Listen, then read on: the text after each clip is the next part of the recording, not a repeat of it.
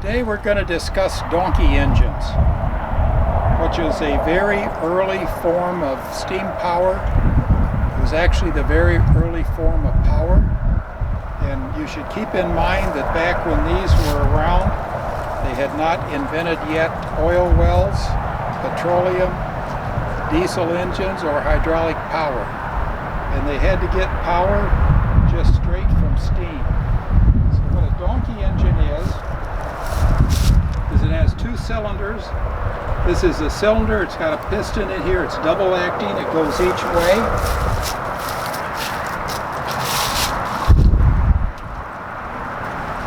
This is the wrist pin that slides on. It slides on here, which is oiled. And then the connecting rod here goes back to an overhung crank, and it turns some of these gears around, and then there are several winches. This is one winch here, there's a winch in the middle, you've got spur gears here. And all donkey engines are designed like this. There's a big round thing here, and there was a vertical boiler, a vertical fire tube boiler that was wood or coal fired right here in the middle. You've got the two cylinders, the double acting pistons, the crank pins are on 90 degrees with each other so that this is always self-starting. It always has immediate power. Over here we have levers which control the throttle, levers which control the valve gears, so these things will go forwards and backwards with the valve gear. They do not have a clutch. There is a lever back here that you put your foot on which applies the brakes, so you can start from a dead stop, turn slowly, go one way, go the other way. You put cables on the winches, and you can hook this up to a derrick, and you can do about anything you want. It's a portable power source. And it was, at the time these were made, they were heavy, they were not efficient, but they used the fuel that was available at that time, which was wood outside or coal, and it would do just about anything you wanted. You could run derricks, you could run steam shovels with these. Steam shovels had 2 or 3 of these on it, and all the power came from them. The power was completely controlled with your throttle, your Stephenson Reversing gear, which went frontwards and backwards, and it was just a very useful way of making power.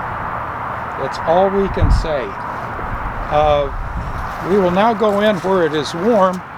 As you recall, the other day we showed this little model engine and how it worked, and in essence this is a donkey engine. As soon as you have 2 double acting cylinders, and as soon as you have a Stephenson Reversing link, at that point you have complete control over making power. We have a book, In Search of Steam Donkeys, and later on we will show a lot of photos from inside the book. We have examples of them. They were used in logging, a great deal in logging. And what happens is they were essentially a portable engine. You could put these things on skids. The donkey engine, you have a boiler, which is this was a vertical fire tube boiler, not very efficient, not very safe, but it was easy to put together without welding. Back in olden times, they did not have either electric or gas welders, so you could put this together by swaging tubes and using rivets. And the boiler, the fire was underneath it, filled it up with water, The hot gases came up through the fire tubes, went up the chimney, made steam. Steam was usually less than 100 psi. Steam ran your two cylinders and turned these large winches, and that's about all you needed to know to make power. And this was important to have back before they'd invented diesel engines and hydrostatic transmissions, hydraulic pumps, hydraulic motors, hydraulic cylinders, or any other way of making slow speed, high torque power. The engine that we had outside, or the donkey engine, which was minus the boiler, which sat in the middle, had come off of a steamboat in the middle of Lake Michigan that was owned by the University of Michigan. And that particular winch engine sat on the deck, and it ran cable or rope winches, and it ran small derricks, and it loaded cargo onto and off of the ship. It was very important to have. The ship always had a large boiler, so it had plenty of steam, and so you just use a little bit of that steam and you could then have immediate and well-controlled power. These were important for logging in that you could drag logs around in and out of the woods, and you had large spar trees that had pulleys at the top, and you hook these pulleys up to your donkey engine, and the other end of the cable is dragged out to the different logs, and you can drag them in, pull them in, lift them up, load them on things, do whatever you wanted to do. Also, your donkey engine was mobile. You could move it around in the woods. It was on skids, and all you had to do is have the low man on the totem pole would grab the end of the cable, go out ahead, hook onto a tree several hundred feet ahead, and this donkey engine would pull the cable and skid the engine up hills, down hills, cross country to wherever you needed it to be pulling logs around. And so that's basically it. There were a lot of them at one time. A few of them have been preserved, and they were a very important part of the economy. They were used mostly in logging.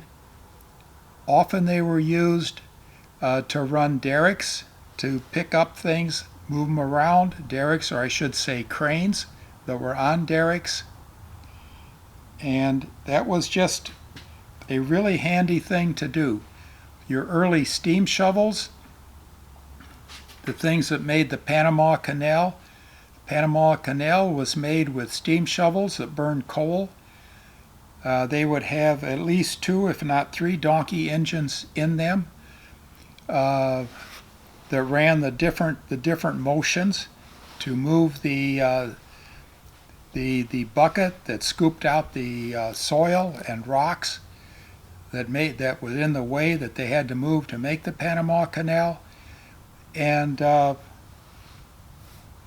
load it, and that was very important.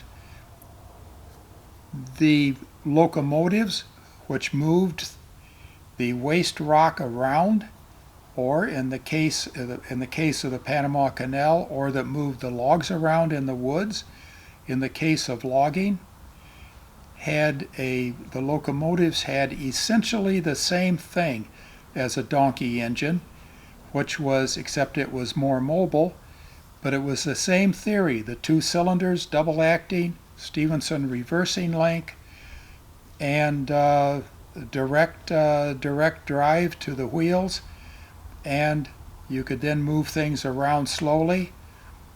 In logging, the Heisler and a two other people invented a very low speed, basically a four-wheel drive, small narrow gauge locomotive that they could do temporary tracks out into the woods, not very level, not very well done. They could make something that worked, and you only had to do 3 or 4 miles an hour to go faster than an ox cart could do, and you could do a lot more work with a narrow gauge steam locomotive, and you could load up a whole lot of logs and get them out of the woods. And so that is the function of these, and this is what you had back before you had bulldozers, and back before you had, as I say, any type of hydraulic power, any way to make high torque, low speed motion and get work done.